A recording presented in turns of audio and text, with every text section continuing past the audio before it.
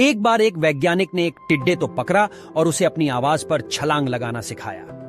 वैज्ञानिक टिड्डे से कहता, कूदो।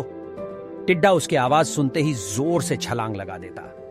अब वह वैज्ञानिक था तो प्रयोग करना बनता ही था। उन्होंने टिड्डे की छलांग पर प्रयोग किया। वैज्ञानिक ने उसकी एक टांग तोड़ दी और फिर बोला, कूदो। अब टिड्डे की छलांग की दूरी कम हो गई। वैज्ञानिक ने उसकी दूसरी टांग तोड़ दी और फिर बोला, कूदो। टिड्डे की छलांग और कम हो गई। अब तोड़ी गई उसकी तीसरी टांग, फिर छलांग की दूरी और कम हो गई। एक एक करके बेचारे टिड्डे की सारी टांगे तोड़ा दी गई। अब आखिरी टांग टूटने पर जब उससे कहा गया कूदो तो वह हिल भी नहीं पाया। अब वैज्ञानिक ने अपना निष्कर्ष अपनी डायरी में लिखा। जानते हो उसने क्या लिखा? जब टिड्डे की एक टांग तोड़ी गई तो वह थोड़ा बहरा हो गया। जब उसकी दूसरी टांग तोड़ी गई तो वो और बहरा हो गया। हर टांग टूटने के साथ वो और बहरा होता गया और सारी टांग टूटने के बाद वह बिल्कुल बहरा हो गया।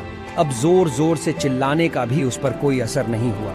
वो तो अपनी जगह से हिला तक नहीं, छलांग लगाना तो दूर की बात थी। इस कहानी को सुनकर सभी को ऐसा ही लग रहा है ना कि क्या मूर्ख वैज्ञानिक था, इतनी सीधी सी बात उसे समझ में नहीं आई। या कुछ लोग ये भी सोच रहे होंगे कि ये तो किसी बच्चे को भी पता है कि टिड्डे की छलांग उसके टांग टूटने की वजह से कम होती जा रही थी, ना कि वह बहरा हो गया था।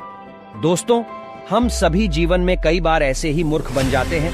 कई बार जीवन में दो घटनाएं एक साथ ऐसे घटती है कि उनका एक दूसरे से कोई संबंध होता ही नहीं, फिर भी ऐसा लगता है कि गहरा संबंध है। कभी कभी दिखता कुछ और है लेकिन समझ कुछ और आता है और वास्तव में होता कुछ और है।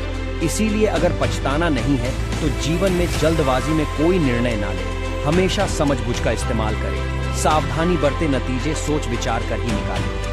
दोस्तों, आपको मोटिवेशन की आज ही पर ये छोटी छोटी कहानियां और सिख कैसी लग रही है?